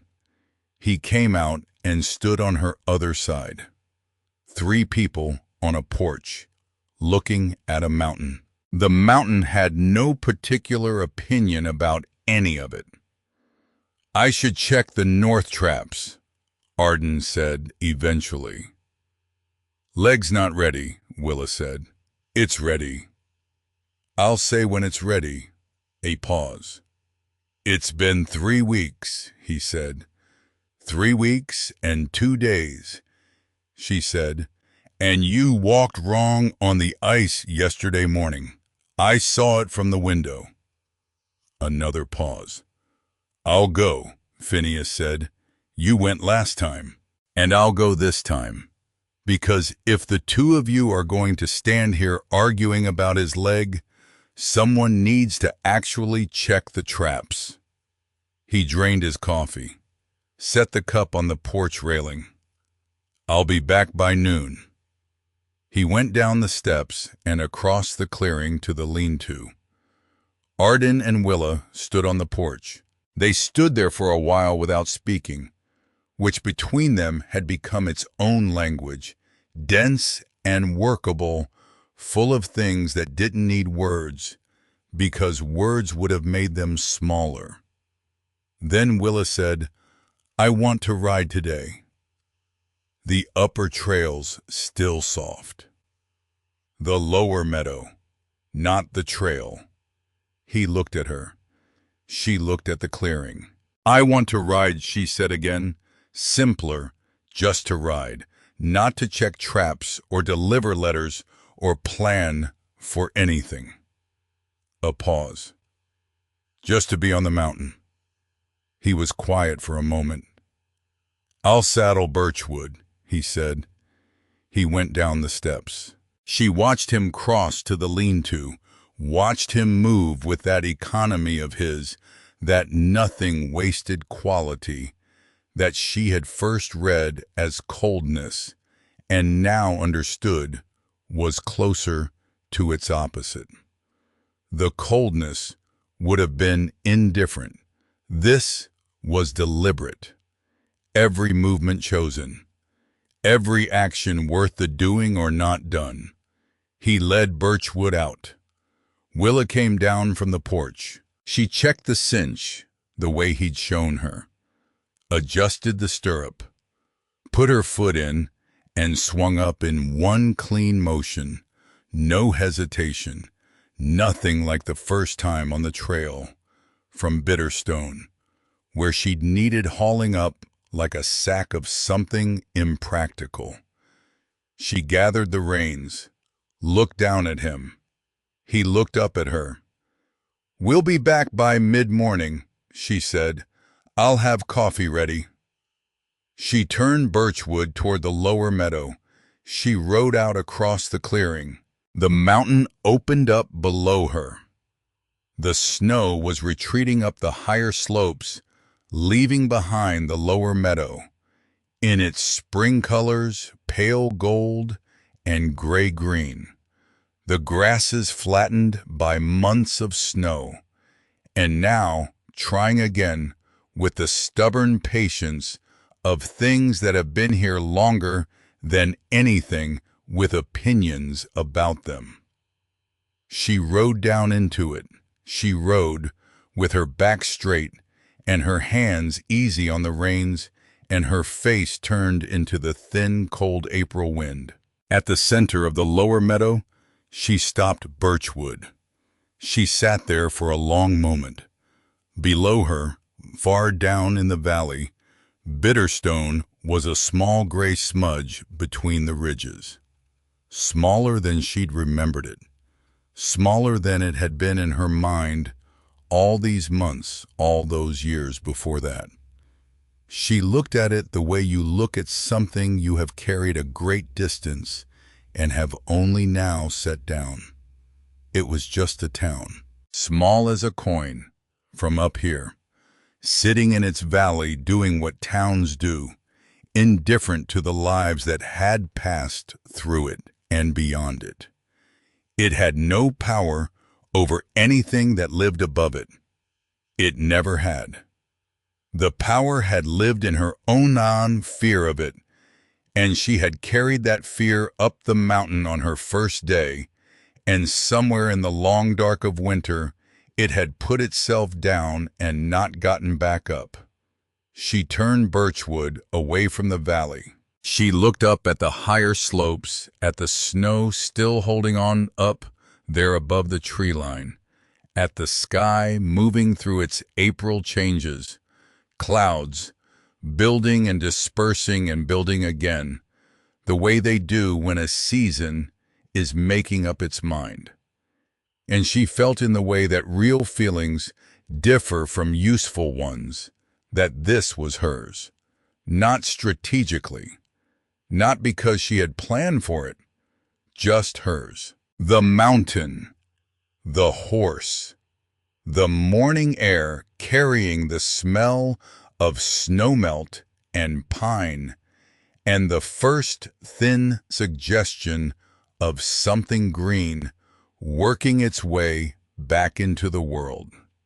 The two men in the cabin at the top of the rise, one drinking coffee and one checking traps, and both of them in their separate and distinct ways, being entirely themselves. She had not known when she wrote those first careful letters, when she studied those law books, when she made her calculations and her contingencies, that this was what she was working toward. She had thought she was working towards safety, which was not wrong. But safety, she understood now, was only the beginning of the list. After safety came all the other things. The things you couldn't plan for because you could only plan for them from inside the safety once you had it. The things that turned out to be, in the end, the actual point. She sat with that for a while. The creek ran somewhere below, loud with snowmelt, doing what mountain water does, in April moving fast and cold, and certain of its direction. She was certain of hers. Then she turned Birchwood up the hill and rode back toward the cabin where the coffee would be ready and the day would begin. She did not look back at the lower meadow. You don't look back at the place where you figured something out. You just carry it forward. That is all you can do with the things that matter. You carry them forward. You bring them with you into the next day, and the day after that, and the day after that, into whatever the mountain has left